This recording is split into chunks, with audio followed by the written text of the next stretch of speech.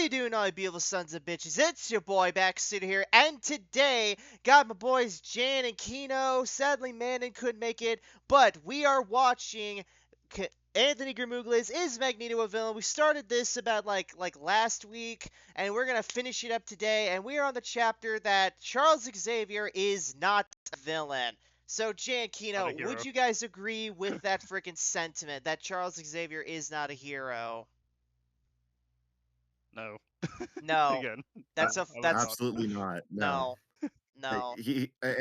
Especially if it's in the context of, is he less heroic than someone such as Magneto? Magneto is way worse, morally speaking, than Charles Xavier. Yes. We're probably going to get into it, but fundamentally, Charles Xavier, he promotes coexistence between mutants and humans. Magneto does not. It makes just, if you don't see why, I think that's pretty concerning. Yeah. If you don't see why one is more moral than the other, that's pretty concerning. I'm going to make a bold prediction here. I'm going to assume this section will largely be an examination of hyper-specific instances where Charles Xavier wasn't a moral paragon, and it's going to try to explain how those instances, or at least on his view, aren't precisely, basically prove that, hey, Magneto isn't all bad, which, just to be clear, Charles Xavier acting bad doesn't mean that Magneto is acting good. He's probably gonna use those hyper specific examples to say like, oh look, this is how he is like 24/7, right? I'm willing to bet he's gonna go that. It's also a case of like, given the nature of his, I think it's worth knocking it out of the way right to start. The nature of Charles Xavier's mutant ability makes it like exceptionally difficult not to construe some stuff that he does as villainous, at least from a certain point of view, right? Like telepathy and mind control is such a, like, it's such a, people have certain ick about it, right? Yeah. Just inherently. So. Plus, Charles Xavier, like one of his core fucking beliefs is to never fucking abuse his fucking power, right? Yeah, exactly. He just absolutely refuses to like fucking misuse it. Yeah. Like he always asks people, "Can I read your mind with your permission?" Right? He always asks that. Anyways. All right. Well, let's hear it. Hey, maybe it'll be excellent. You never know. So, why am I bringing Martin Luther King and Malcolm X so much in a discussion about X-Men? Well, that's because for a while it was very popular to compare Professor X and Magneto to MLK and Malcolm X, respectfully. But I think it's very clear that Stan Lee did not intend on this, nor did Jack Kirby. And I don't think it's fair to either real person to compare them to fictional characters whose behavior and actions have shifted drastically over the years, especially comparing MLK to Professor Charles Xavier. I want to touch on that really briefly. What do we think about that as like the, not the outcome but the reasoning? It's unfair because they are fictional characters and they've changed drastically, and it's not fair to compare real people to them. I don't think that makes a lot of sense. Yeah, not sure I buy that reasoning, but he is correct to the extent that neither Stan Lee nor Jack Kirby originally based Magneto or Professor X off of those two. But I guess, sorry, I would say that. Sorry, I was going to say, because if I was constructing the argument in favor of that, I would say the reason it's unfair to compare them is because the nature of their struggle is very different, because these two are advocates for, like, race, which is, basically an immutable characteristic that doesn't give people superpowers, and their struggle is about mutations, which are significantly more volatile, right? Right, yeah, of course. So, like, I don't know that this reasoning is good right off the bat, but anyway. I mean, let's be fair. Professor X has a school where he created a paramilitary force that directly battles humanity when they create death traps, killer robots, or angry mobs. That's really different from the real-life civil rights movement. That non-violence is the most potent weapon available to the Negro in his struggle for freedom and justice. Welcome to my world. And on top of that, okay. How are you supposed to deal with apocalypse if not through some form of violence? Force, I was gonna say, it's such a... I fucking hate because this guy's part of the media literacy crowd, isn't he? Yes, It's like media literacy. it's like, oh, you guys don't understand that entire video he made. I remember like like, oh, it's about critics lying to you. It's like, oh, people don't examine it outside the plot. It's like, dude, do you not understand that fighting something physically in a medium can be a parallel for like a struggle that's happening, but that doesn't mean the violence is okay, because the specific contextual things can make, like, yes, of course, if like I just imagine, dude, I'm just imagining like KKK flavored Sentinels now. Like if they had that, the message might have been different. Yeah. Like but like the point, of course, is that again, I think you brought this up last time, Backseat. It's like the nature of the medium is it's like an action comic book. So yeah, they're gonna try to find ways to insert action in there. Could it Yes. be compelling if it was like non-action, just debate? Yeah, no, sure, it could.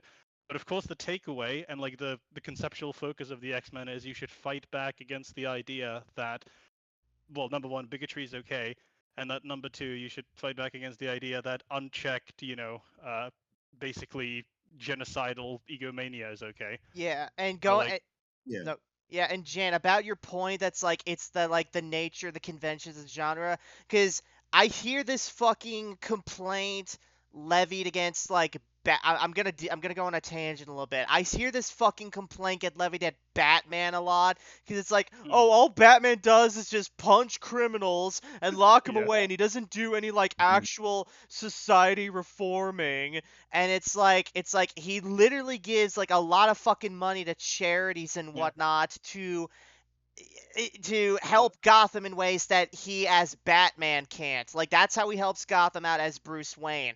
The reason we don't see that is because that shit is really fucking boring to people who want to watch Batman fight crime, with his fists and gadgets and whatnot. Could you make a Batman story where it's just Bruce Wayne doing like some like white collar business intrigue or whatever, like some like real like what's that fucking show, like Dynasty or whatever the hell, like some shit like that? You could, but you gotta work really. Succession. Yeah, Succession, that's it. Yeah, you gotta work really. You gotta be really fucking good at what you're doing to make it compelling to the audience. But even then, there's no fucking guarantee that the audience will want to buy that on the premise alone. That's just what that's what we in the business call. That's what we in the business call an audience alienating premise, right? Mhm. So to loop this, go on, Go ahead. Jan.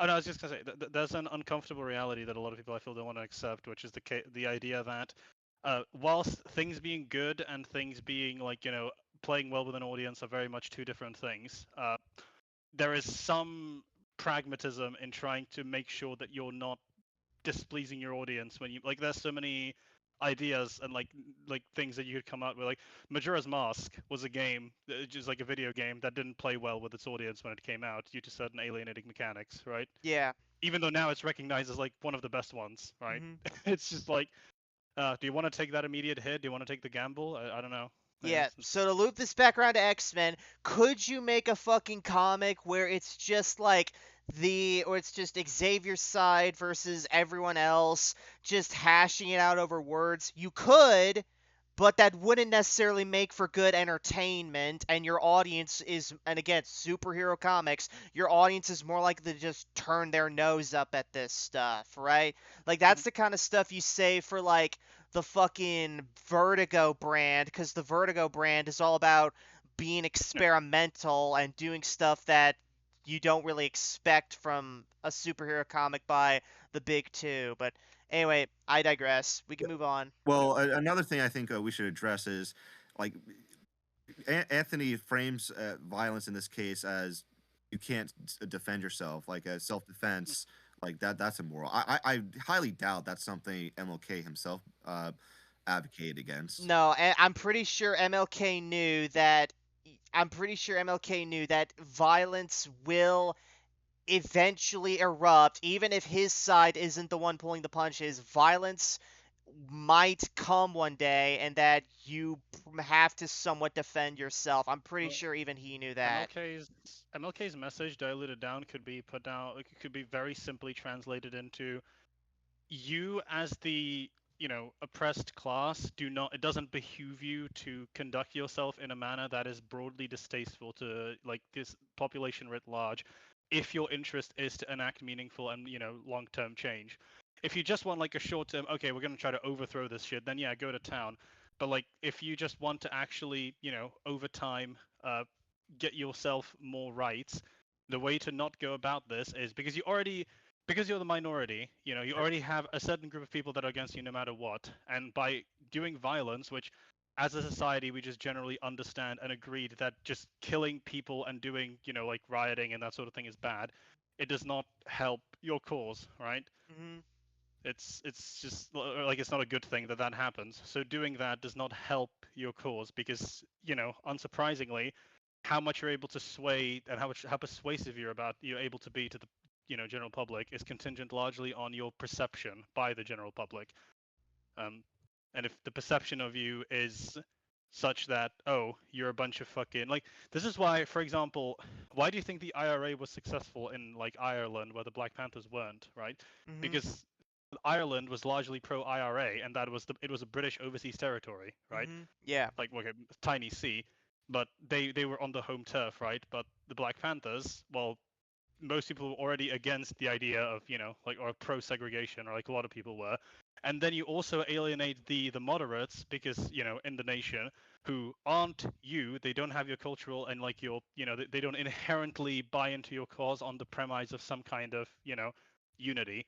Mm-hmm. So you're trying to convince these people, and the way you're going about it is by fucking, like just violently uprooting some people's lives. People aren't cool with that. Yeah. It's very very simple. Anyway, Mr. X. Professor X fights other mutants, sometimes constantly in the comics. Your blindness has sealed your fate. Sorry, what did he say? Blindness Fights other mutants, sometimes. And on top of that, Professor X fights other mutants, sometimes constantly in the comics. Your blindness has sealed your fate. kind of hard for him to do that, you know. Yeah. Wait, Jan, is it confirmed that Professor X is stated to be a playable character in Marvel Rivals? I don't know. I don't know know- that he will be, but I if he know is, that'd he's- be funny. I know It- he's. no, yeah, I know what his ult should be. Just Gives making people Magneto seizures. relive Holocaust documentary. I know Professor X was playable in X-Men Legends for the PS2. Oh, yeah, he has wheelchair too. Yeah, no. He was playable in the astral plane section, but it was only him, Jean, and Emma, I believe. And he was walking around because it's the astral plane, and he doesn't need his fucking legs to go there. So, and he was like deliberately overpowered. That's like the only time I can ever think of where Professor X was playable in a game. Can you I imagine seem to Professor X remember- in I Marvel seem- Rivals?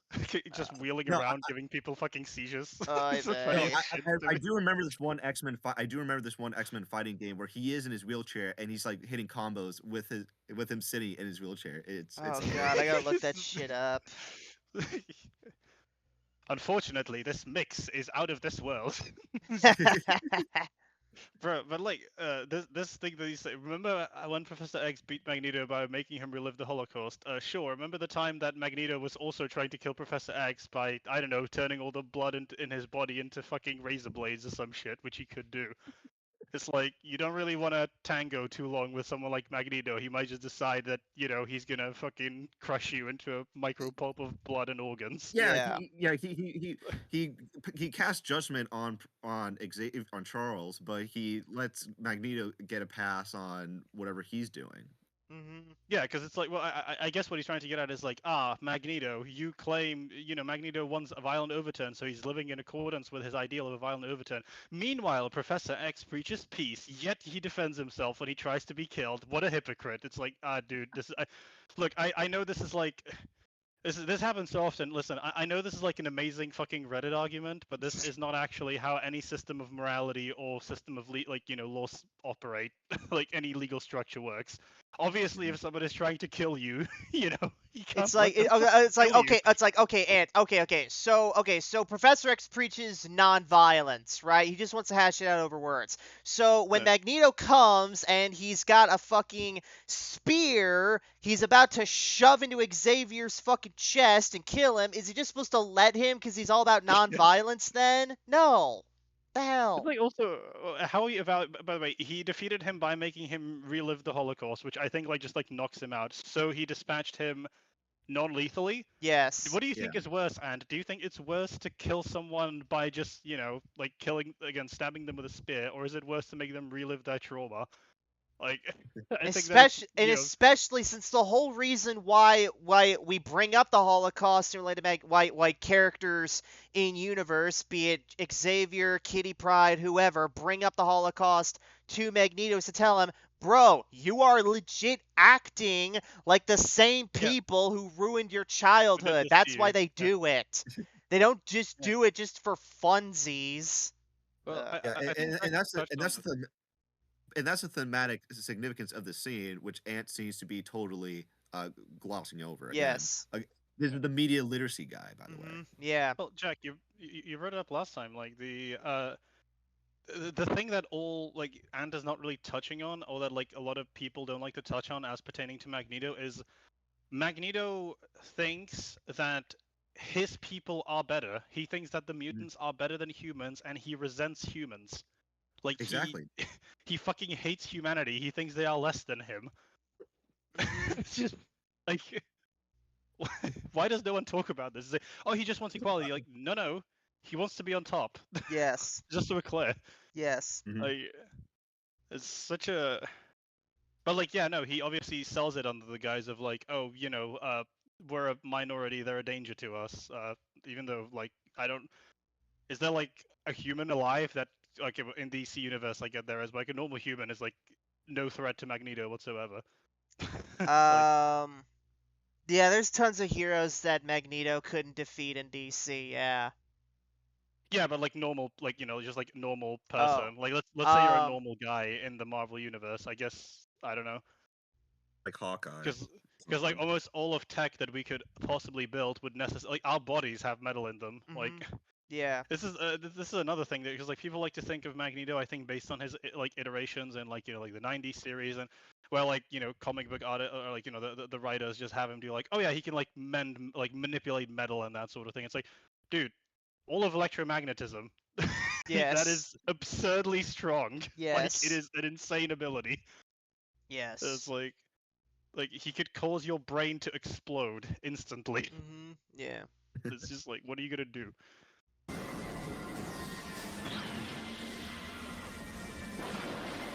Also, isn't that just World War II? That wasn't the Holocaust. Yeah, it was pretty much. I think it was the Allies coming to save him from Auschwitz. I think. I don't know. Okay. Anyway. Yeah. Plus, you got to keep in mind that still for kids, you got to censor it a bit. No, yeah, I get. Yeah, no, I get that, but it's just I just find it funny. Sometimes spend more time fighting other mutants than they do fighting for mutant acceptance, depending again on the writer. Professor X is more interested in helping mutants control their powers rather than gain equality. At least, again, in that's not true. Those are not mutually exclusive. For one, exactly. He's doing both. He's, of course, this is again what Backseat said. We are focusing on the side of his struggle primarily that is about trying to teach mutants to accept themselves and learn to control their abilities. But of course, it is again, this is the Batman thing. There is constant allusions to him going to all sorts of fucking conferences and listening to leaders talk and debate and trying to lobby for legislature. Of course, and it's constant.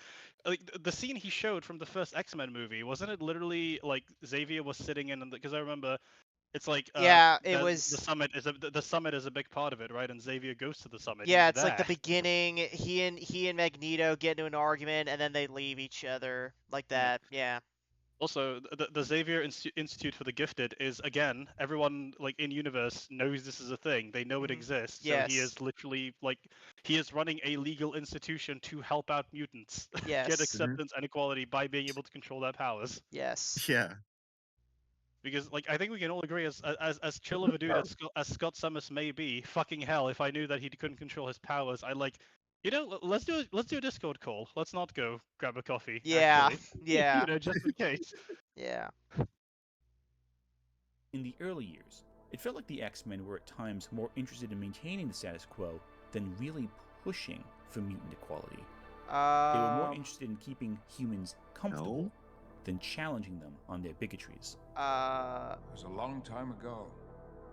Mankind has evolved since then. Yes, into us.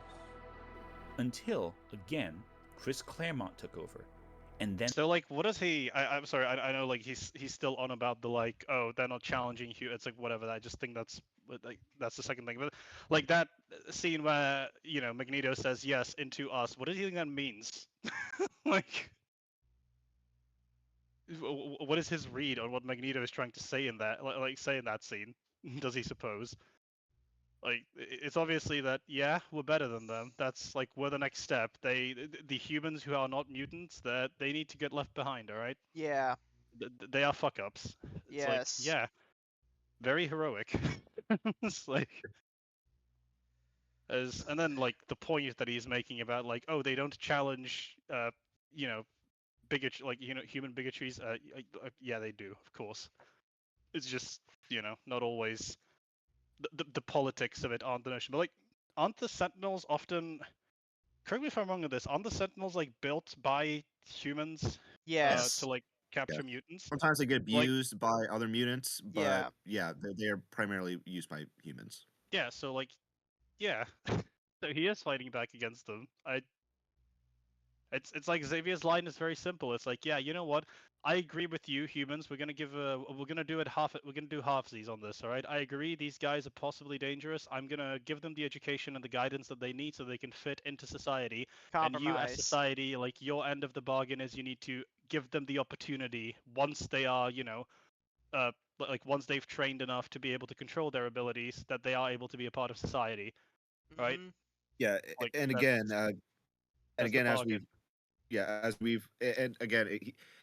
as Anne continues to Anne makes a point that we have continually just rebutted him with, but no, not any change to the status quo is inherently good. Yeah. Again, it matters how you bring it about. Yeah. Like, it's status quo that we don't just fucking murder people. That's probably good to keep in place, right? Like, I don't know. Yeah. And the book started to shift into a very realistic discussion of civil rights that has continued on ever since. The philosophical Not really, divide no. between Magneto and Xavier. Are you guys familiar with Krakoa? When we Yes. Yes. Yeah. Okay. Oh well, no, I mean the storyline, Jan, like the comic storyline. No, yeah, I'm aware of it. Okay. Probably one of the worst modern X-Men storylines. Like interpretations of it, yeah. Yeah. X himself is not a saint, as he's often depicted in other media, but actually a very manipulated, very underhanded leader. There are some overt examples of this, of course. The Deadly Genesis. I would need. He's about to give examples. All right, let's listen to him. I guess I would need very strong references for this. Storyline is one example. The X-Men are captured by a sentient island, Krakoa, and Professor X sends a team of mutants led by Cyclops to save the original X-Men. This team of mutants, other than Cyclops, all die. When Cyclops returns home defeated, Professor X erased the memory of the other mutants from Cyclops' mind and just sends him back to Krakoa with another team. Okay, so I just want to be clear. If I was reading that, I would be like, okay, so that is Professor X being out of character. Professor X would never do that. Yeah. Like or like I would need a very strong clarification, like, hey, this is not a main continuity storyline. This is a different Professor X and a different Scott Summers, right? Like, I guess it doesn't need to be a different Scott Summers. And he says, like, oh, he sends them back with no team. Bitch, he sends them back with this team on the picture right here from Giant Size X-Men #1. Yeah, and dumbass. yeah, this is a retcon to be clear. In the Yes. original Giant Size X-Men, there was no other team implied. Yeah. Ant's issue here is with the writer for that story Yeah.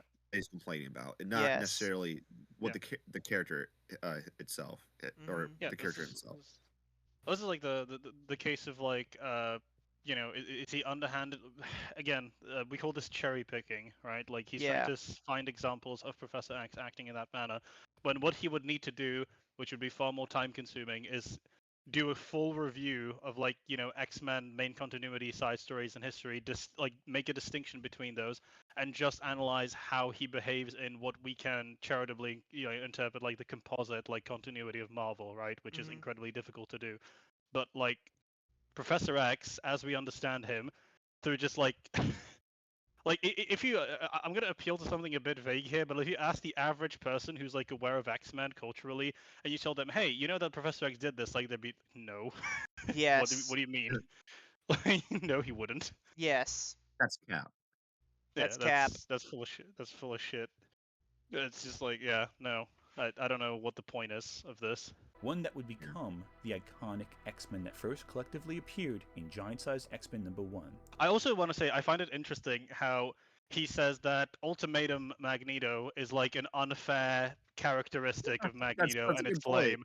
And it's lame, but this extremely specific Professor X example is that's canon. That's a canon event. And let me ask X. you, That's and let true. me ask you, if the main 616 Magneto did what Ultimate Magneto did, would you accept that? Because Yeah.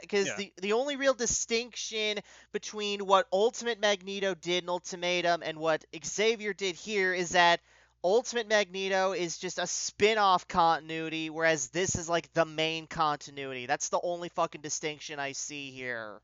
Yeah, yeah, like I said, yeah, like I said last episode, what makes Ultimatum bad isn't necessarily because Magneto's out of character. It's because the writers Is let him straight up succeed. written poorly.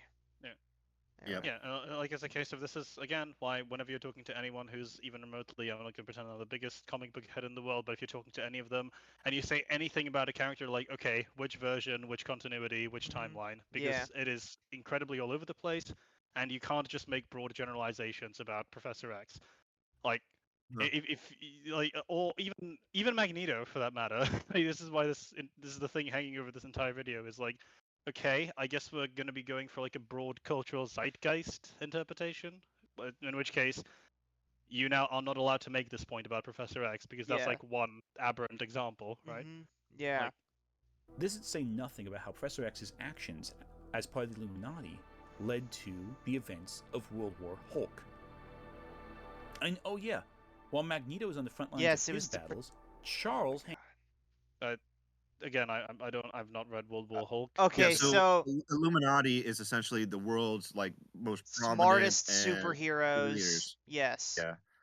Namor, Iron Man, Doctor Strange, Charles Xavier, Black Bolt, Black Panther, and I think that was right. everyone. Yeah, Yeah, so Hulk went on a rampage, and some people actually died in this one. So they decided we have to send for the safety of everyone else, we have to put Bruce in a rocket ship and just have him blast off into space and never to come back to Earth. He crash lands on the planet Sakaar, which leads into the Planet Hulk storyline. But and all that crap. But to make a long story short, the ship that took Bruce to Sakaar actually had a bomb loaded up onto it. The bomb blew up Sakaar, and Hulk and his buddies built a rocket ship, and this is Green Scar Hulk, by the way. They built a rocket ship to go back to Earth, and Hulk is all like, I'm gonna fuck all you sons of bitches up for what you did. And that's basically that. So yeah. Okay. So I essentially they tried to kill Hulk. Yeah. Okay.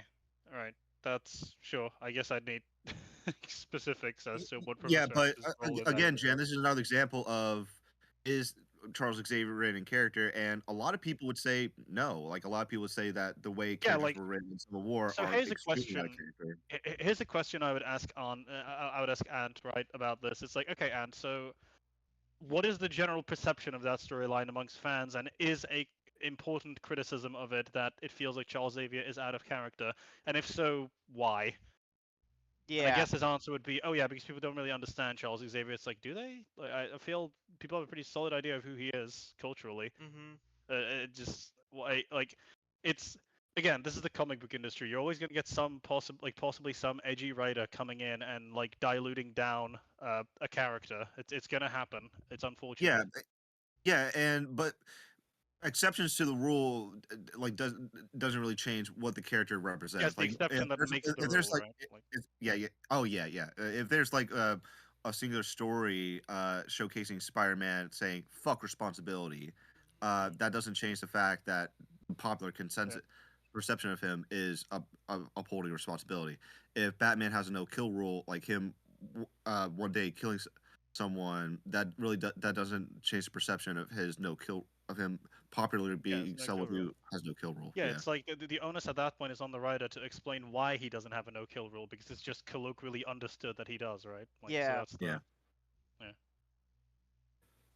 Hangs back and lets his multiple armies of child soldiers fight for They're him. not child So, yeah. soldiers. They haven't been children since the fucking 60s, Ant. Okay, I gotta say, I love X-Men Evolution. It is a very niche style of an X-Men story. Most X-Men stories aren't X-Men Evolution. Yes. Also, yeah, and I like how he frames it as though they don't have a choice at all. Like they could just not. They could leave. They could like. Doesn't Spike leave in X-Men Evolution? Joyce and Morlocks. Yeah. How many fucking times has Logan left? Yes. Like, is there a tracker for this? Like, they could literally leave and at any fucking point. So, oh my god. Anyway. It's like you could maybe the most extent of this argument you could do is like, oh, but where are they gonna go otherwise if not the Xavier Institute? Like they're gonna have to face the bigotry of the world. It's like, yeah, so we are agreed then. Charles Xavier provides them a shelter from the bigotry of the world, and if they don't want his help, yeah, it's gonna be tougher. And, right, and even if they don't want to be on the X-Men, he still lets them live there. Oh yeah, no, we mentioned this is true. Like Backseat, we mentioned this last time. Like the Xavier Institute is also just a school where people learn. Yes. I'm pretty sure if you're a non-mutant, you can get into the Xavier Institute. Yes. Yeah. So like, it's like, you know. Professor X, he's not a saint, and comparing him to MLK, who is a saint, saint, a little problematic. Is MLK a saint? Yeah, no. There are positives to MLK and there are negatives. I mean, MLK saw hookers every now and then, so. Yeah.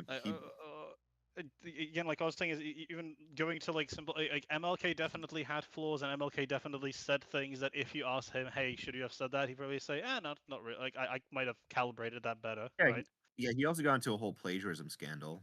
That's yeah. That's another thing. Yeah. Yeah, and it's like that doesn't take away his accomplishments, though. And yeah, exactly. Like to be clear, if like someone wants to fucking go to town, it's like no, MLK was still a very important and like generally good person, but everyone has flaws. We're all humans, just so we're clear. I'm only human after all. Yes, me when put the I blame call a family on me. They are acting out of fear. Some might make the argument that Professor X's underhanded tactics are more insidious than Magneto's more overt actions. No. Who would make that argument? Like, and how would that even look like? It's like his underhanded tactics of trying to be, like, reasonable and finding a middle ground are less bad than Magneto's, are more bad rather than Magneto's overt, I'm gonna fucking kill everyone who gets in my way, I want an ethno-state. No. No. That's just no. At least Magneto, when he led the X-Men, would fight with them. The General does not... He has functioning legs. I'm sorry. Like, what the fuck do you expect Professor X to do? Is he supposed to, like, fucking wheel himself everywhere? Like, such a... Also, his ability is, like, this is, like, a case of, It's like what's that fucking anime called? My Hero Academia situation. His ability is far more conducive to direct combat Yes. than Professor X's. Yes, absolutely. Like, I'm sorry. What is Professor X gonna do about a Sentinel exactly? He's fucked. Like, it's like, what is he supposed to do? Command his soldiers to Christ. fight where he himself would not walk. You are a god among insects. Never let anyone tell you different. It Also, a is it supportive word? mentor. Was He that told supposed him to you're a god No. He's telling him you're a god among insects. What do you think that means? Also, who is he talking to in that scene? I forget. Pyro. Is it He's talking to Sabretooth? Pyro. Oh, Pyro. Oh, yeah. Like, is it good to tell someone with extraordinarily destructive abilities that he is a god amongst insects and he ought to view mankind that way? What the fuck do you mean? Like, it's such a. Fucking Griffith was a supportive mentor when it came Yeah. down to it. Yeah. Like, Ivy's a like, he was- supportive mentor to Harley. Yeah. Like, Griffith spent the entirety of Golden Age, like, bigging guts up. Like, like, what do you know, who do you mean? It's like, oh, but he didn't mean any of it. It's like, come on, Magneto doesn't mean it either. If Pyro turned against him, you know, like, he would, oh, whatever. also doesn't hurt that Magneto tends to fight complete monsters. God Loves Man Kills opens with Magneto uncovering a brutal mutant massacre, courtesy of William Stryker. By comparison, yeah, Magneto is the obviously heroic figure and sides against Stryker. X-Men 2. No. That's not how we define what a hero is, just to be clear. Yeah, Magneto can be justified in his opposition, but the way he goes about it can still be heroic or villainous. We've been over this. You need to go back. Stryker being more villainous than Magneto does not absolve Magneto's sins, bro. I don't know, man. Personally, I think Joseph Stalin was my World War II hero. Yeah. He fought against Hitler, don't you know? Yeah. How bad could he really be? Yeah, Joseph Stalin, he was a real big teddy bear, yeah. He was based, yeah. Yes. How many people died in his watch? 20 million? That's, you know. We make 20 we all million make just a sacrifices. number. Yeah. Yeah, true. Would later adapt God Loves Man Kills, and the filmmakers decided to make Magneto the last-minute bad guy of the film by having him invert Stryker's mutant-killing scheme to target humanity instead. And it's hard not to somewhat sympathize with Magneto after seeing how awful humanity has been, both Oh in my, film and the bro, really, because we still want to kill humanity. bruh. Stryker is not Whoa. representative of all of humanity. Whoa, dude. So. Oh my god, I can't. Would he maintain? I'm so curious. Speaking of, like, you know, Islamophobia in the UK, would he maintain this stance about like Al Qaeda? Is it hard not to hate all Muslims because Al Qaeda blew up 2 towers in 2001? Oh my god. What the fuck are you talking about? You fucking idiot. These are individuals. What? He wants to kill everyone. I'm so confused. Shame, This Ant. is just straight up misanthropy. Yes. It's like, oh, one person, you know, I was at a fucking fair yesterday and a guy bumped into me, so I bumped into everyone else, because fuck people, dude. It's like, what? Are you 5? This is unbelievable to me. Oh my I'm god. sorry, I'm a little shocked. Oh my I actually God. didn't expect him to say this out loud. He's giving the What the most fuck? bigoted in making anti-bigotry argument. He gave the most bigoted answer he could. Oh my god. It's hard not to sympathize with Magneto when he tries to kill all humans. What the fuck? Okay, I see. In the film Magneto, he escalates from film to film. His first scheme in X-Men 1 is to turn humans into mutants, which unintentionally would have killed people, but he doesn't intend that. I don't care if he doesn't intend that, you moron. I care that it's what's going to happen, and yes. He's aware of it. Yeah, he is willing to make that sacrifice. That is the point. It's just, Lord Farquaad was a hero, I guess. It's a sacrifice. Some of us may die, but it's a sacrifice he's willing to make. Oh my god. was Thanos correct as well? I mean, No. what the fuck is? This is How can you make a 30-minute fucking rant piece about, like, presumably morality, and then near the end just cap it off with, oh yeah, like, it's fine when Magneto was instituted a scheme that was going to possibly kill a bunch of people because, hey, he didn't mean to kill him.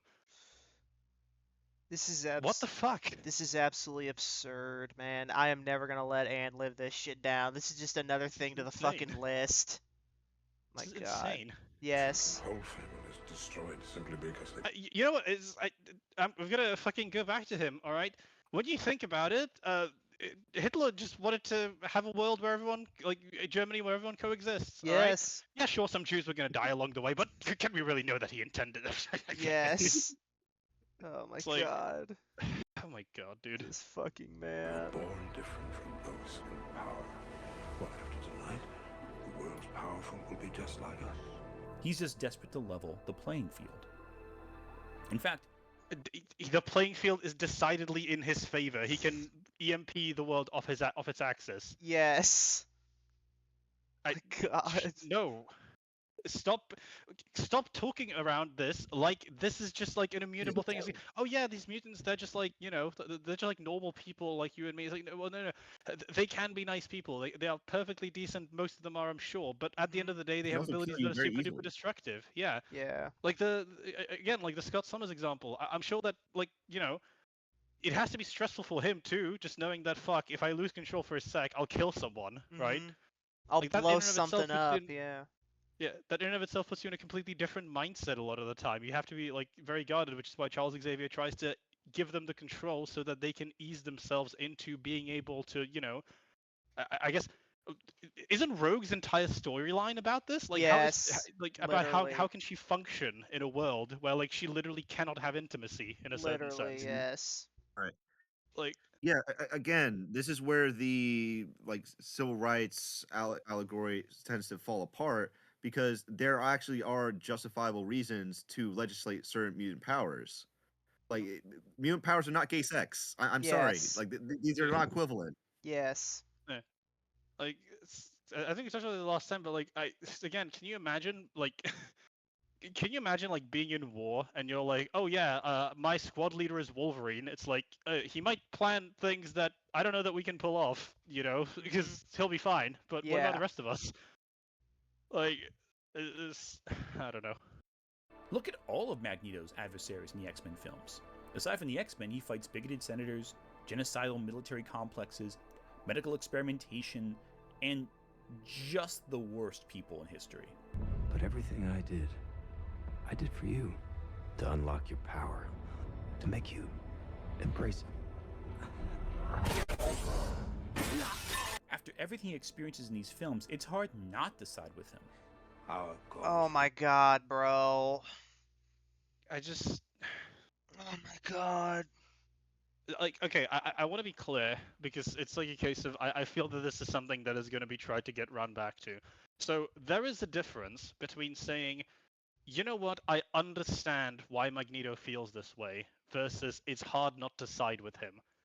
The former, Yes. yeah, no, I completely agree why Magneto feels this way. It's very well shown in a lot of ways. Well, X3 is kind of shit, but, like, it's overall you understand why he feels the way that he feels. You understand why he does the things that he does. That doesn't mean that you side with him. Why would you? Just because you understand someone doesn't mean you side with them. Mm-hmm. Again, it's such it's such an that's what makes ahistoric, a like, character view of, complex, morally complex. yeah. It's like such a, like, because here's the thing. Again, most human beings act in a way that is from their perspective. Like, we've been over this last time. They act in a way that is from their perspective rational. If you ask any, like, setting aside, like, just people who are, severely mentally damaged serial killers, if you ask any person who did anything reprehensible, that I am sure they'll be able to articulate from a perspective a version of events that makes it seem like it makes complete sense what they did, because they must have done that in their head to be able to go through with it. Yeah. But, like, you don't side with them. You don't have to. Moving on to the comics, there are several instances in the comics where people try to argue Magneto is just as bad as humanity, and it's never convincing. He's worse, just to be clear. Yes. Yeah, he's Yes. overwhelmingly worse. Yes. Yeah. A great example of this is during the Acts of Vengeance event, where several villains teamed up to defeat their respective heroes. This alliance falls apart almost immediately because someone has the bright idea to pair up Magneto with the Red Skull. You know, the one who partook in the Holocaust. Blut und Ehre. Ja, was würden Sie gerne zuerst verlieren? Wir hatten unsere Befehle. Also Blut.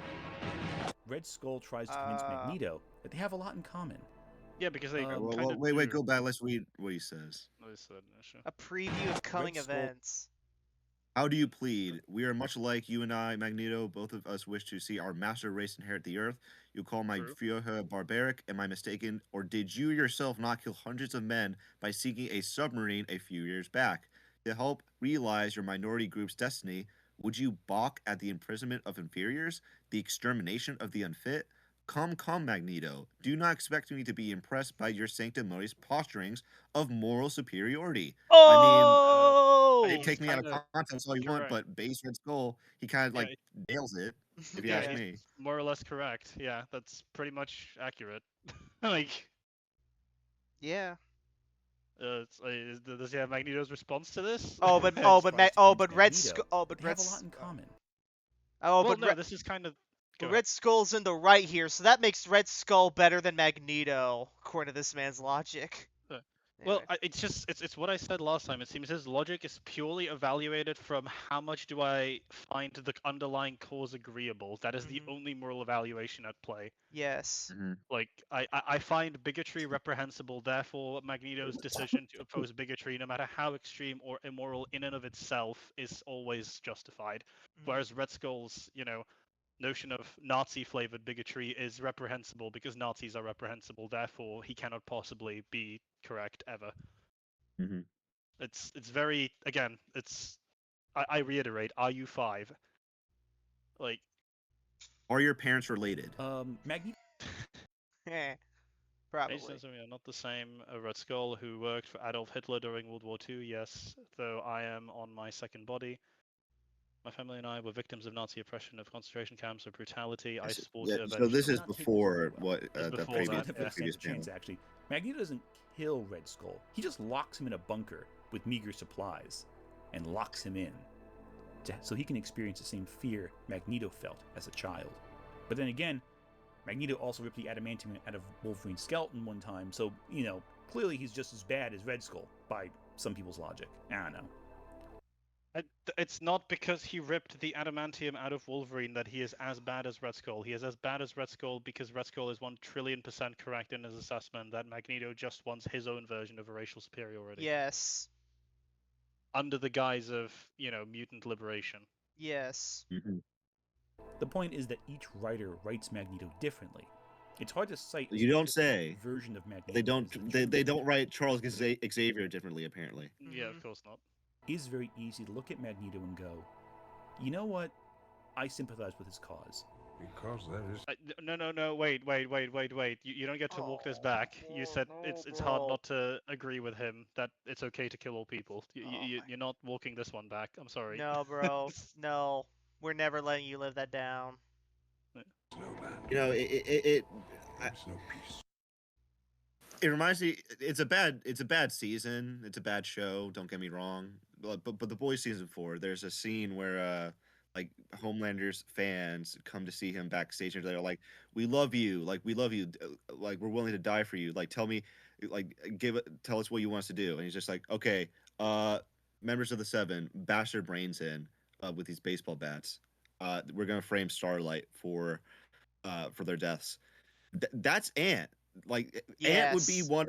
That's Ant with Magneto. Yes. Magneto would simply kill Ant and use his death for to further his mutant like ethnic state. Well, that's the thing. It's none of these. This is the. I need to this needs to be codified somewhere, but it is the inability of people. It seems to kind of on both cams, but predominantly I see it a lot on the left, for whatever reason. is the inability to sympathize at all with the idea of a position of a normal common person in like any piece of fictional media. Because I like bet if you ask Ant that, he'd be like, oh no, but if I was in the X-Men universe, I would be a mutant and I would be fighting for mutant rights, you know, and advocating. It's like, okay, what if you're just like a cab driver though? Yeah. How does he see things, you know? And then, like, the argument would be, oh, but, like, his position doesn't matter. It's like, it does, though. He's a person who lives in the world, who doesn't want to get killed. That's literally the whole point of the Marvel's limited series. And if you don't know, Jan, the Marvel's limited series was this, I think it was like 7-issue series, drawn by Alex Ross, and it follows this reporter guy, I can't remember his name, and he basically goes around and interviews these Joe Schmo civilians who are there to witness some of the more important events in Marvel's history, like the debut of Jim Hammond, the Human Torch, and Namor, the coming of Galactus, and all these other big ass events. And it's like, what's it like from the perspective of the Joe Schmo civilians watching all this stuff? That's basically the whole point. Yeah. And it's awesome, but it can also be frightening at times. You know what I'm saying? Anyway. Yeah, no, exactly. It's like the idea of how like insignificant they are in like the grand scheme of things is exactly what makes them significant. Yes. It's like a case of, and this is again, it's just like absolutely no charity is spared for any humans here whatsoever. No. It's just like the idea that someone might have a reasonable concern that fucking Sabretooth will break into the school where their kid where their kid studies in his fight with Wolverine and just kill like 3 children because he's feeling like it. Is that not a reasonable fucking concern if you were in this world? Like, or like the parents of Bobby, Drake again, and some of their like better incarnations. Is it not completely reasonable for 2 parents to be like, okay, I get you have these abilities, I get it, but like this is super dangerous. Like, you know. Like, Yeah, you we could accept die. you as a mutant. We accept you as a mutant, but why do you need to be a superhero? Yes. Yeah, like you could die. Yeah, because there's literally a whole support. She's a supporting character, but Cecilia Reyes, she has force field powers, but she does, and she's helped the X-Men because she's a doctor, but she doesn't want to be a member of the team. They have a costume made for her, but she doesn't want to be an X-Men. She just wants to be a normal ass doctor, right? It's like maybe I'm a fucking evil bigot, but like if I had a son or a daughter, right, and they were like, oh, I have these mutant abilities, can I join this team, that like fights this guy called Magneto? But like, what's a Magneto? Oh, wait, he can do what? No fucking way. Yes. Are you kidding me? What the fuck? Of course not. Like he's acting as though there aren't parents in real life now who are like hesitant about their children going to the army. Understandably so. Yeah. It's just, Here or anywhere else. Audiences have been conditioned over the years to be more sympathetic towards Magneto thanks to popular media. But even in the comics, the writers are more sympathetic towards him than ever before. The origins of this character are kind of irrelevant when you look at the legacy the characters left behind in extended, expanded media. Keep in mind that in Wolverine and the X-Men, hold on, what? The series ends with him being like painted as a villain. Like it doesn't paint him in a sympathetic light whatsoever. Hang on, Jan, go back a bit. He's having words flash on screen. What do they say? In extended, expanded media. Damn it. Oh, fuck. And can you please not do this shit? Because he does this all the fucking... He does this all the fucking time where he just fucking... He just has these words flash on through the screen really fucking fast, giving you no time to read them. Okay, let's see here. But what about that issue where... That's literally what you're doing. Yeah. That's what. And then Magneto replies with, "But not everyone has read every comic." Yeah, Yeah, so those people are misinformed or uninformed. Yeah, well, like. So, the landscape of storytelling has changed, especially with superheroes. Audiences are growing tired with a specific trope Marvel Studios in particular. Of course, he picks this as an Marvel example. Studios in particular? What? Yeah. I think he's trying to say the Flag Smashers, like that social commentary, Jan. Yeah. You know, Plus, the also, Ant, this is a really bad example for you to pick up because Flag Smasher was not portrayed very well in this movie. Okay, so you get all right. For those who don't know, Flag Smasher, singular, was a supervillain of Captain America's in the books. He's this Swiss guy named Karl Morgenthau who runs an organization called Ultimatum, and the whole point of Flag Smasher is that he wants to do away with government borders and create a world where everyone's pretty much equal, more or less, and we're all united as one, like, single Earth or one single country or whatever the hell. That's Flag Smasher's whole deal. Now, Carl Morgenthau got turned into that Carly Morgenthau, that ginger bitch who can't act out of a paper bag, and made the Flag Smashers a whole organization, and basically they just want, like, their fucking homes back that they got when everyone fucking died in Infinity War. That's their whole point. That not even fucking accurate. So they're a bad example for you to use here. Captain America, please, Captain America, please stop these terrorists. Hey, you need to do better. You need to do better, Senator. You got to step up. Jan, what were we going to say? Fair warning, I have a timer going, alright? I can only endure 5 minutes of seeing Carly until I need to, for medical reasons, you understand, play that scene of Zemo shooting her ass to be able to to be able to survive. Oh, yeah, Jan, go back. I think we were kind of talking over him. Yeah, Zemo the goat, dude. He fucking shot her. Yes. Hell yeah, what a hero. Hell yeah, bro. Audiences are growing tired with a specific trope Marvel Studios in particular keeps employing. Tell me if this is familiar to you. A superhero movie's villain is someone who wants to change the status quo, but ultimately is vilified for going too far. They do one thing that's pretty... Yes, they're vilified because they went too far. That's the fucking issue. I just want to be clear. I don't even know that Carly went too far. Her plan just makes no sense. She wants more food for everyone, so she burns a food depot. Yeah, seems legit. What the fuck? It's like... bad or out of line. A great example of this is in Falcon and the Winter Soldier, oh my God, where the Flag Smashers are ultimately fighting a system that has displaced and disenfranchised them due to their inability to respond to, admittedly, massive world events. Okay, so they are fighting it. Why and how are they going about it? And yes, that's the issue. Try to think for 2 seconds. They are going about. So I am very practiced on the Falcon and the Winter Soldier discourse, all right? Because I hate this. This is my fucking white whale. I needed to die, all right? Like it's.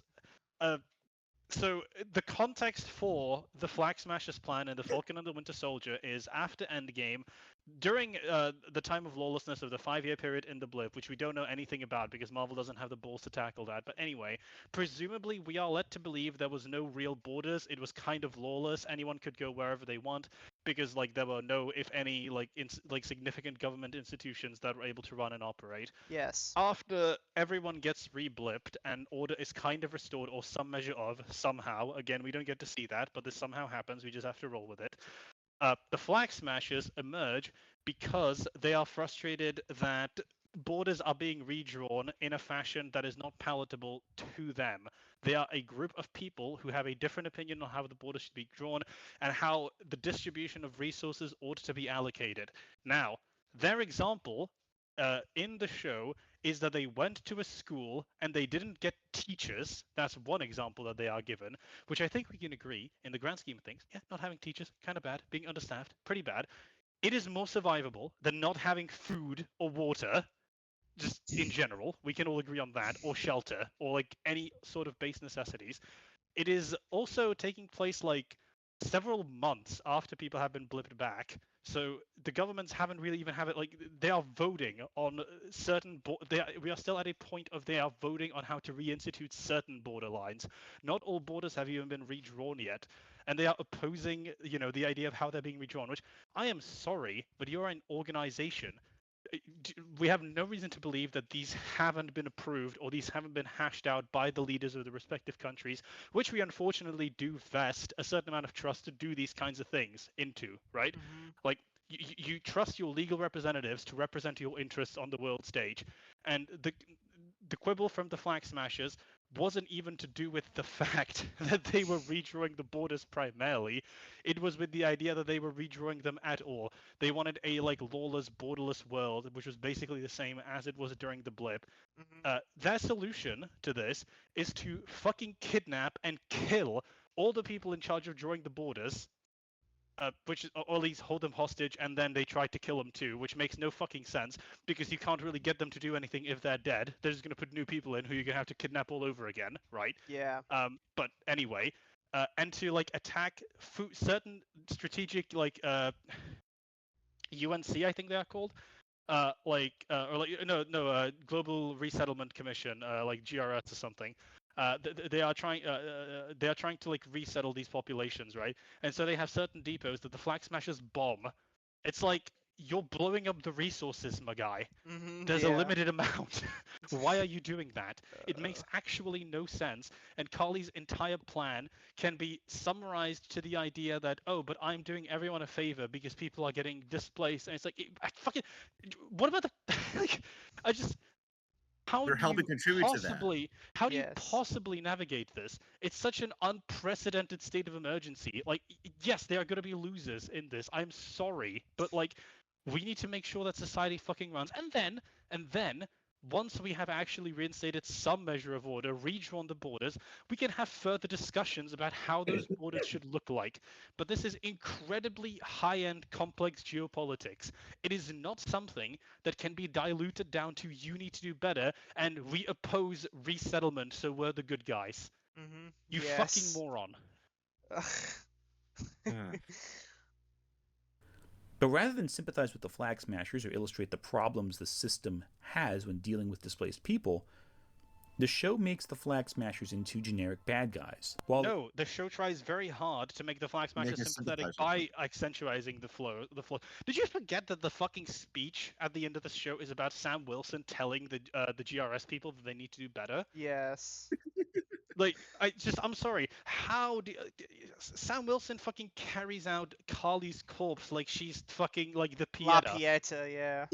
Yeah. And it's funny that he uses this example when trying to argue that they were framed as generic bad guys, when this scene is trying to frame John Walker as a generic bad guy. Walker kills a terrorist in the heat of combat, and he is fucking stripped of like everything after this scene. Given like the most dishonorable of dishonorable discharges. How does the show not try to sympathize with them? It's the entire like who in this show opposes the Flag Smashers? Zemo, who everyone agrees with because it just so happens to be that everyone fucking hates the Flag Smashers more than Zemo. So Zemo for one, who is a villain, who the show makes much ado about him still being a bad guy, right? And then Walker, who the show tries to frame as the bad guy before like redeeming him, kind of, or trying to redeem him in the end, right? But like a haphazard last minute addition, who also everyone agrees with because it's just generally no, like all memes aside, he did almost nothing fucking wrong. Yes. Like he operated in the fashion that you would expect him to. Outside of that stupid, oh, we need to go to Lebanon, like off the books, or not Lebanon, Latvia. Off the books for some reason, even though he could absolutely get clearance to do it if he just articulated why he's going there. But like, as an aside, like this is, no, this is completely wrong. The show absolutely tries to like vindicate and extol the Flag Smashers' virtues every opportunity they get. You're wrong. Move on. The new Captain theorizes our discussion on the new Captain America movie is going to be fun. I can already tell. Oh yeah. Show makes the Flag Smashers into generic bad guys, while it heroizes the jingoistic, brutal U.S. agent. No. What? No, it fucking doesn't. What a deluded way of interpreting that. Holy shit. What? Oh my god. Yes, based, but for the wrong reasons. What? I have never heard anyone have this take. That like the show tries to frame Walker as the good guy. What? No. Walker is framed as the bad guy, and everyone understands that is bullshit. I don't like pulling this one out, but Have you watched the show? I don't think he has. Like, what? If he did Do you watch the remember? show, he did it while playing on his phone. Do you remember the scene in this show where Walker is kneeling down with his shield and Bucky and Sam show up and beat him up to take the shield from him because they, who the show is pushing as like the proper authorities on adjudicating Steve's legacy and the merits thereof, determined that because of this action he is undeserving of the title Captain America? Do you remember where he has a fucking court scene where everyone just grills him on the fact that what he did was unacceptable and unbecoming of a U.S. representative in a foreign country on like an unlicensed mission? And even before then, like the show takes every attempt it can to shit on him. Like Yeah. like The show Falcon, gives Sam Wilson and Bucky just shit on him constantly for no reason. Yeah. The show gives Walker like 3 to 4 scenes of sympathy. It is his first scene where he's in the locker room with Lamar and his like girlfriend slash wife before he accepts Captain America's title, right? After that, we cut to Sam or Bucky. I don't remember who it is exactly. Sorry, off the top of my head. I'm pretty sure it's Bucky, watching the broadcast and sees that he is being given the shield, and obviously Bucky disapproves of it from the get-go for some reason. And then we see there's one more scene where he has like a conversation with Battlestar before he decides to go take the super soldier serum, which is Battlestar being nice to him, but it is still framed in a like, okay, he's getting negative reinforcement from his friend here because it's like him bigging him up, right? It's a case of you constantly make the right decisions in like the heat of battle. I think he says, you should take the super soldier serum, right? And then he does. Then he gets some sympathy from Lamar's parents after his death, but it's still framed against Walker because he lies to them. He tells them that he killed Lamar's killer, right? Which he didn't. He knows that he didn't. So he decides he needs to go kill Carly. So out of those, and then finally, of course, when he saves the people at the end, he has some sort of reconciliation and he moves forward with like Bucky approving of him slightly more. So he has arguably 2 scenes that are unambiguously like acknowledging that he is a person. Yeah. And Jan, Like- if you haven't seen the Thunderbolts trailer, they shit on John Walker again. They make fun of him for course they being do. Captain America for like 2 seconds. Of course they do. Though I was kind of more okay with that, to be fair, because it's because of who's saying it and why, right? But like, I kind of like the Thunderbolts trailer a little bit. I'll be honest. I'm cautiously optimistic, just a tad. Yeah. But it'll probably That not be ain't the good. Thunderbolts. Nah. That ain't them. No. But what was I gonna say? Yeah. So no, I just don't know what he's talking about. He needs more than 3 minutes to explain this, and he doesn't have Yeah, more. So let's see. But yeah, don't worry. but to summarize his take, it's just this isn't even. Like even people who love that scene for the he's liking it for the he misinterprets it. Like, Yeah, no, it's just so completely. baffling. This might be like one of the biggest comprehension misses I have like heard of, like seen since like Synthetic Man, God of War Ragnarok. Like the point in that scene is not that John Walker is doing what's right. At least that's not what the show is trying to tell you, right? We agree that he is, but the show does not. Yes. The Falcon tells leaders of the world that they need to do better. You've got to do better, Senator. You need to do better, Senator. You gotta step up. Because if you don't, the next Carly will. Oh, and all of this has the backdrop of a profoundly unsettling story about medical experimentation on black people. Something that really has happened in the U.S. As opposed to fictionally has happened, yes, I'm sure it happened. I'm sure it was horrible. I'm really sorry that it did. Worse things have also happened in recorded history. Yes. You think things are different? You think times are different? You think I wouldn't be dead in a day if you brought me out? Pledge allegiance to that, my brother. And that plot's resolved by bringing him to a museum, essentially. By the way, this museum... No, that plot is, again, you idiot. That plot is resolved by, like, obviously super contrivedly and super stupidly, because the plot in itself is contrived and full of retcons, like Isaiah Bradley being, like, Captain America in the interim, and there being more super soldiers out there is already fucking ridiculous. But, like, to be fair, that is something resolved... the books did. No, I know, but I'm just still saying it's stupid in the All right. context of the MCU, Okay, right? okay, like, yeah. the MCU hasn't set this up at Anyway. all. But like, yeah, it's in any case, it is done very stupidly. But the reconciliation there is Isaiah Bradley is given credit by the government, thus proving Sam Wilson's, side of the thematic component of this show that people are capable of change and moving forward, like, you know, like validating it, and Isaiah is satisfied with that resolution of being given the recognition and, you know, not being persecuted anymore. Essentially. Mm-hmm. That's that. It's not, to dilute it to he's brought to a museum is fucking ridiculous. His exhibit, isn't his exhibit right next to Steve Rogers? I don't remember. I think it is. Probably. Like, yeah.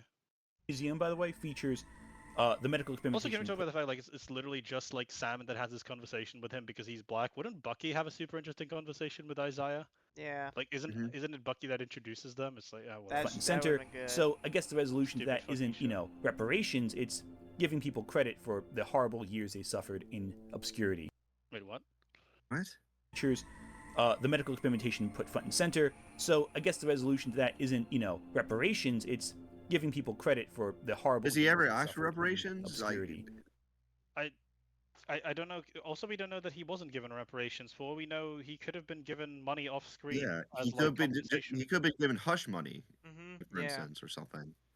I mean, this is his house, isn't it? Like, this is a pretty nice house for someone who wasn't given any reparations. So yeah, like his whole deal doesn't amount to, oh, I wasn't properly paid. It's more than that.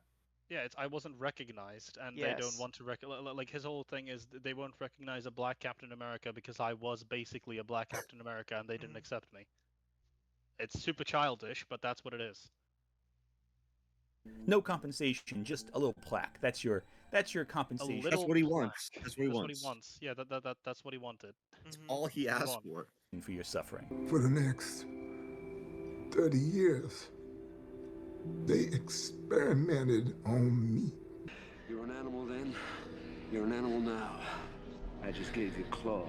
I made the argument that audiences are increasingly sympathetic to Magneto. I don't want to pretend here that they are only sympathetic to him protecting mutants.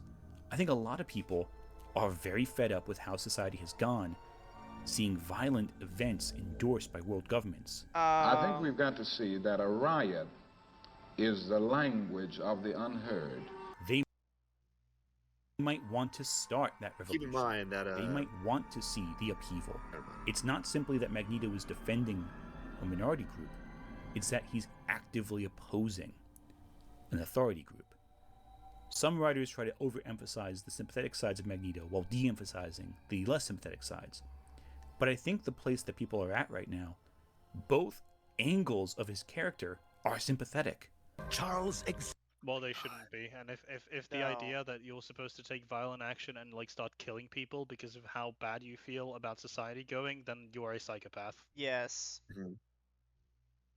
Like, I don't know what to tell you. It's honestly, this is depressing as someone who went into this genuinely just thinking that this wasn't going to be the point being made. Sure. Oh my god. Savior had you break into the Mutant Control Agency? Reluctantly, I assure you. And he would leave you to rot in prison? And while some people might fear the consequences of upheaval in real life, fictional revolutions don't have any tangible impact on our day-to-day lives. You can watch a character do something horrendous, but because it's done in fiction and not to real people, you can feel catharsis. That doesn't make it any better. Because they don't really. You shouldn't feel catharsis.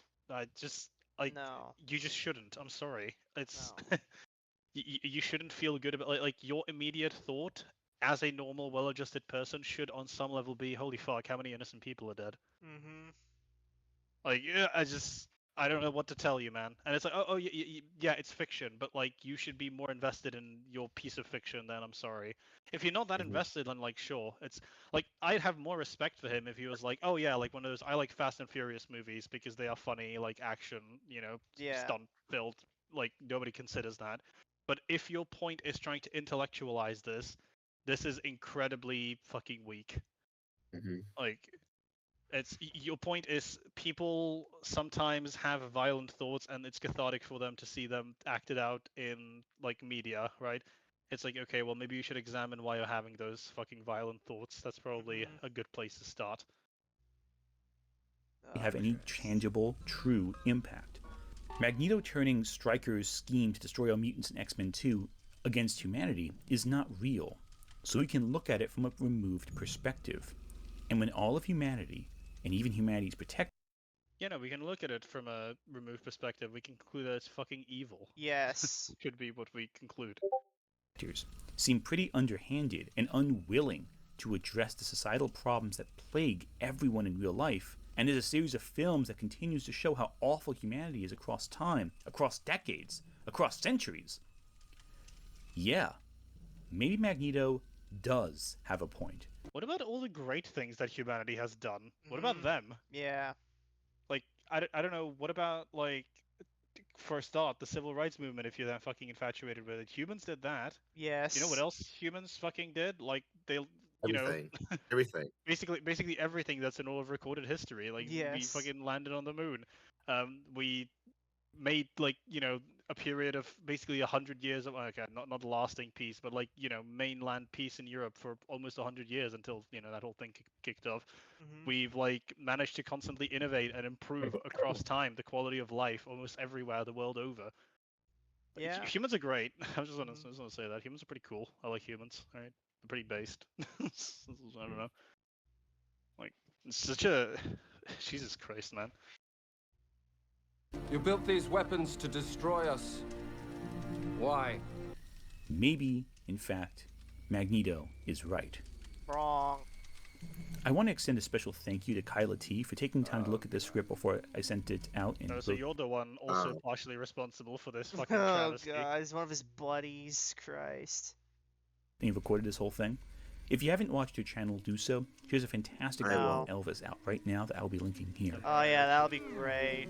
But let's look at some of the comments. I'm curious. Okay. Sure, let's see it. Here we go.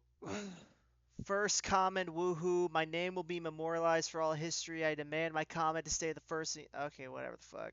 Also, you gotta ask yourself why they keep sending Wolverine to fight Magneto. Because Wolverine's an X-Man. Looking at the 90s cartoon, it's safe to say that Magneto actually has a second mutant ability. He's the most jacked senior citizen of all time. I mean, Magneto has had his age tampered with, so I don't know if any comics have done this. I don't know if any comics have done this, but I think that important to consider is about mutants being told they're another species. They aren't. The mutations they have, while extreme, don't make them a separate species from humanity. At their core, mutants are just humans. So I'm not a taxonomy expert, so I'm just going to assume this is true. We agree. Of course. I just because everyone on this panel agrees, hypothetically, mutants are real right now. We all agree, no, they should be treated with the basic respect. I mean, mutants are a splinter species of humans. Like Homo superior is their official name. Is there like designation? Yeah, no, that's the thing. Like, I'm not a evolutionist / taxonomist. I'm pretty sure this is incorrect in like the sense of that to our understanding, the process of evolution is mutation. That's kind of the point of X-Men, right? So until like you could say the same argument about like dogs and wolves, right? Like wolves are still dogs. It's like, okay, well, they're still canines, but are they? They're not, the same animal, right? But like that's like getting into stuff that I'm just not an expert on. So yeah, sure, let's assume this is true. No one here agrees that we should be like horrifically like dehumanizing and awful to mutants if they were real. The point is simply there obviously needs to be a balance between how they manage their powers versus how they're able to function in society, right? Like if a mutant has an ability like Scott Summers, he should probably again be registered somewhere. We're aware that he has this ability. We should be conscious of the fact that he might, be put in, try to avoid putting him in like situations where that ability might be a problem. And he's like, hey, I have this visor. It's signed for by the Xavier Institute. It's like, approved and filed with them. And they're like, okay, yeah, cool. As long as you wear that, you cool, right? It's like, yeah, simple. Every time I think about Magneto and his villainy, I think to that issue of Uncanny X-Men where he and Kitty Pryde go to a Holocaust museum and meet some survivors. Kitty is shocked to find out that Magneto was a hero, and Magneto's next line always stuck with me. Hardly in those days, heroism meant holding on to one's humanity, while the Nazis tried their best to turn us into animals. The way to defeat them, was to lie, to hold on to hope, no matter what. Believe me, Kitty, I was no one special. If I am a hero, then so is every other man and woman who survived. Eric, despite his powers, is only a man, and like Charles, I believe some part of Eric knows that. Through humanity and cooperation with other mutants, that he's able to accept that and can achieve anything. I mean, that sounds a bit contradictory of the Yeah, point Ant that's made in his video. wasn't the Ant's point though that it's based when he kills people, or like we understand why he does it and we sympathize Yeah. with him. Yeah. Yeah, I'm also pretty sure that he doesn't make exceptions for any humans. Like he kill theoretically he wouldn't care if he was killing Holocaust survivors. Way back in the 60s, Magneto's goal wasn't just to have mutants be the dominant species, it was to have mutants be the dominant species under him. He undermined other mutant revolutionaries because he wanted the New Order to feature him at the top. He wasn't just a revolutionary, he was a narcissist and a megalomaniac. If you want Magneto in full villain mode, that's the side you have to bring back. But then he's pretty much just Diet Doctor Doom, and I like him better this way anyway. Okay. I disagree. No, Mr. Ant Omicron, I have a very serious question. Are you mentally retarded? And if so, could you please seek institutional help and also reevaluate the fact that you just said his goal wasn't just to be for mutants to be the dominant species, meaning implicit in that is the idea that he wants a dominant species, which is a fucking problem. Mm-hmm. What? I just. These are real people, presumably. In my honest opinion, Morrison's take on Magneto is pretty flat and boring. It's not that he can't be portrayed as a pure villain. Some of the most fun and memorable characters are mustache-twirling baddies. But just doing outrageous things like having him break Professor X's neck is not a substitute for compelling character writing. I mean, if it's in line with his goals and it's in character for him, I don't see what the problem is. It's not substitute for compelling character. It's just that's whatever. It's nonsense. It's okay like for implicit in this is the idea that Magneto breaking Professor X's spine can't be compelling. It's assured. It's okay for him to be a pure villain, except when he's presented as a pure villain. It's just contradictory. I know it's fine to good. I know you hated my mutant powers. You have no idea. Worry not. I will kill you with my bare fist. You will die pure. Magneto to Red Skull. I don't know what the context of that is. I assume, yeah, whatever. I feel like I'm pretty sure he hates him because he's a Jew. I feel like Magneto's a perfect example of an anti-villain. He has heroic motivations, but in desperation lashes out with radical and dangerous methods. Yeah, that's right. Also, I would say it depends. Again, if his motivation, we have to be at a certain point in the comic book run where his motivation is to achieve parity, not for mutants to be the dominant species. Well, wait. Let's see what the replies to that are. Let's see it. That comic you just read. I want to see what. I would say Magneto has heroic motivations in his own mind, and his lashing out is partly desperation, partly bigotry, partly arrogance. Oh my god! Exactly, 100%. Free thinker. We found one, guys. Where else would motivation lie if not in one's own mind? Can't argue with that. Oh, fuck, never mind. No. He's so. The thing is, he needs to just press it a little bit further. All right, like. Yes, you're correct. Everyone's motivation is in their own mind. So we can agree then that from their own perspective, everyone is a hero. And if we satisfy the depictions of why they are doing what they are doing, we can sympathize with them, right? So every villain can be sympathetic if you're given sufficient information about them. Like, didn't this start off with Richard III? Richard III can be sympathetic. If someone's just been bullied their whole life, the notion of taking revenge on those doing bad things to you can be super satisfying and cathartic. Yeah. Magneto is a survivor of one great genocide who sees the next one, the next one on the horizon. Hard not to sympathize with his feat.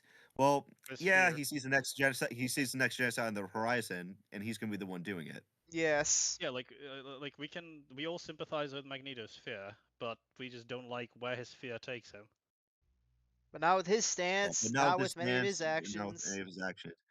Yeah, are there any more? Are there more? Oh my god, there are. When I was young, I definitely hated Magneto, but when I became older, it's hard to root against a Holocaust survivor. When you became older, you mean when you graduated from like 6th grade to 7th grade? Because that is like the level of moral analysis right here. Okay, being a survivor doesn't give you more rights than to others. and doesn't make you more right than others. My sympathy for Magneto's past doesn't translate into agreement with his This guy is present. a warrior. Hell yeah. Yes. Hell yeah. He wants He to wants murder to humankind, place them all as mutants. That's his heroic motivation. Hurt people, hurt people. It is what it is. Magneto can be wrong and right at the same time. But you can be more wrong than right. Yes. Yeah. Oh my god, wait, I don't want to touch this. Okay, then what the Israeli are doing to the Palestinians is both right and wrong. I mean, they're clearly blaming all Palestinians for the actions of a few terrorists and letting that affect and justify all they do, just like Magneto has put all humans in the same bag and now justifies all he does with that. It's nonsense. Magneto's actions are wrong. Well, yeah, I guess, but that's humans for you. It's what we do: destroy, hurt, and blame. What a cop out. Yeah. Oh, yeah, what a I thought mutants were humans. I thought mutants were humans. What happened? Oh my god, how hard it must be to live in a world where one thinks that's all humans do. I didn't create the world, I just live in it. I'm sorry, if I just see things different from your point of view, I guess. We could agree to disagree, I guess. Then genocide's not okay. I agree, but only 2 likes. I agree, but I don't make the rules of how people express themselves. You would condemn a mouse for fighting a cat. What? Skull. People refuse to not confuse sympathy and justification. I don't think it's in desperation. I think it's pretty clear he chooses his methods very deliberately. Arguably also true depending on the incarnation. Like, he has way more paths available to him, and he chooses to pursue one that is the most. So he very deliberately chooses the one that is the fastest, right? Yes. That is his deal. And that assures that he's the one on top. Yeah. I honestly prefer him as a villain, not the irredeemably evil type, but as a man who's so stuck on his own past demons that he genuinely doesn't see peaceful coexistence with humans as an option, because he is defined by his sometimes justified fear of them turning on mutants, and his immediate response is just attack them first. He believes he fights for the sake of mutants, but he's too much of a scared old man with issues to recognize what's best for them. I agree with that. That's a good comment. That's agreeable. Many versions of Magneto, he goes from defending mutant kind and willing to use violence to do it to mutant supremacy. If he's written as a mutant supremacy, it's bitterly ironic because that makes his views morally equivalent to the Nazis that tried to exterminate him in the Holocaust. Oh my god, we got Red Skull himself is in the comment section. That's crazy. God. Kind of curious what people say to this. You know, they say that Magneto is actually not based off of Malcolm X, but rather Menachem Begin, Israeli former prime minister. Ironic that the people that like Magneto would hate him knowing who he based off of. Which was the point from the beginning. He was modeled after Malcolm X and the Black Panthers, who had branches that were black supremacists and even allied with the KKK, under the idea that they would be safe if they were cut off from the rest of the world or dominating it. But he just refuted that. Like, he just said Chris Claremont based it off of a Israeli prime minister. Yes. Mag does in some versions believe in Zionism, but for mutants. For fuck's sake, he also lives in Israel. Yeah, right. We are done with this comment section. Anyway, good. Oh, God. Magneto's a Zionist. Little did you know, the Israeli air defense system, the reason it's so good is just Magneto, actually. Oh, God. Killing the designer of the Sentinel. Okay, yeah. Killing the designer of the Sentinels, Ball of our Trask, does kind of seem like a good thing in my opinion. She invented a weapon which has the sole purpose of genocide. That's pretty monstrous. But do you know why the Sentinels do you know why the Sentinels were built? They were built for people like Magneto. That's why. Oh my god. Oh my god. A guy told me once that Magneto will never be a hero because he is a revolutionary written by people in the most imperialist country of the world. Did you immediately sever all ties with that person on the premise that they're a mental defective and they have nothing useful to contribute to the world other than depriving it of its oxygen? And I believe that's why he usually has inconsistent characterization. He oscillates between being a revolutionary and a tool in a political narrative to justify the existence of oppression with the fear of the oppressed. So by that reasoning, does that make Ant's video incoherent as well, since it's a byproduct of an imperialist country? Yeah. We're all sons of the Patriots now. It's just the idea that America is the most imperialist country in the world as a Brit, first of all, that's offensive. All right, we earned that title. Second of all, like it's such like a I don't know. Imperialism is its own kind of worms that it's like another multi-hour conversation to even have about it. But like the fact that people always dilute it down to just imperialism bad is like, wow, you are such a fucking like. Are you 12? Like, I love that in the first iconic Secret Wars, the Beyonder landed Magneto in with the heroes and not the villains. Yeah, because Magneto was leading the X-Men at the time. That's when that event takes place. No. Alright, I'll read one more.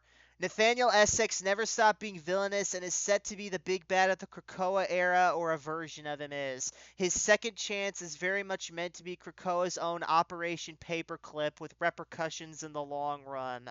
I don't know what Operation Paperclip is. I believe it's when the United States brought in Nazi scientists to help them with the rocket, with NASA rockets. Yes, Jack is correct. That's what that was. I don't know that's what that was called. I don't know either. Anyways, guys, well, thank you all so much for watching. If you enjoyed this video, please give it a thumbs up, comment below what you thought of the video, subscribe if you want more videos like this, and we'll see you guys next time in the backseat. Take care. Later.